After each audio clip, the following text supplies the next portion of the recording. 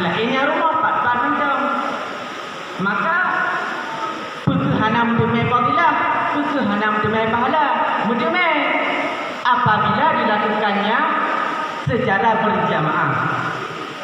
Dan juga apabila hanya terkena Allah ataupun hal-hal yang membawaki bagi kitanya untuk hanya saja masjid untuk lakukan jamaah, makanya dimaafkan. Oleh karena demikian, sekali tersebut di jamaah yang di rumah, maka tidaklah mengurangi dirinya pahala berjamaah. Benar.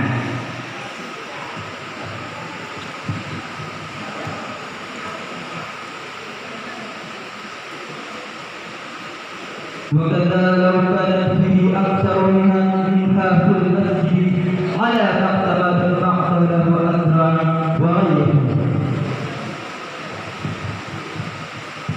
Dan demikian juga jikalau ada yang pada rumah itu lebih banyak daripada jemaah pada masjid di atas barang yang lalu berbuat oleh Imam Azra'i dan selainnya Imam Azra'i.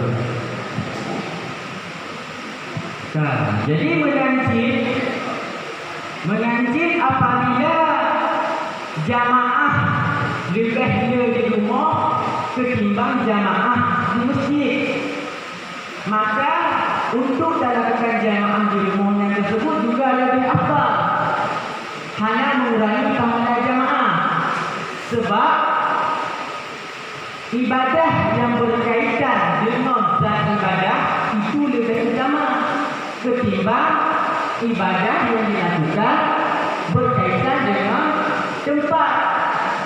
Sebab jamaah bisa dilakukan di mana saja, tidak mesti di masjid. Namun apabila terpupuk jamaah di masjid, maka berlipat gandalah pahalanya. Sebab di sini ada dua buah afdal, di antara dua buah afdal, yaitu sembahyang jamaah di masjid juga afdal, dan juga sembahyang di rumah juga afdal. Di antara dua buah afdal yang tersebut, maka cocoklah di antara salah satu yang lebih afdal, yaitu salat jamaah di masjid. Dan umpama bahasa dikatakan ada je lakukan jamaahnya, tak usahakan dunia di masjid. Cuma pendapat yang benar lebih di rumah ketimbang di masjid apabila antara, yaitu pendapat Imam Azra'i dan pendapat lainnya Imam Azra'i.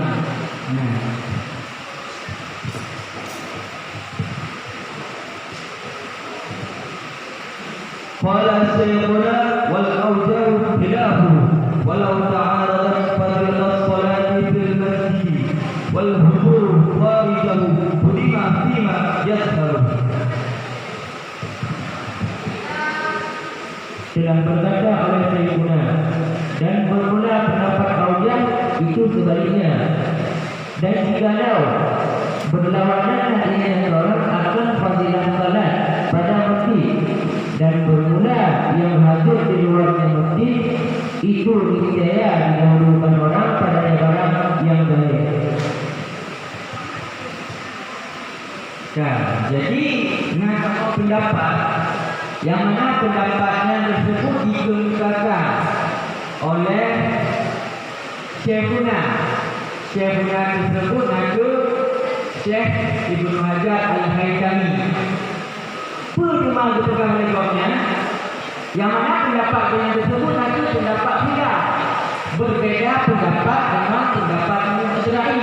Pertama dipegang oleh kaumnya, kesudi bersahabat ataupun berbeda ataupun bersalaman antara tasemayang bak masjid dengan hanya jamaah dan tasemayang di lainnya masjid ataupun di luarnya masjid dengan jamaah.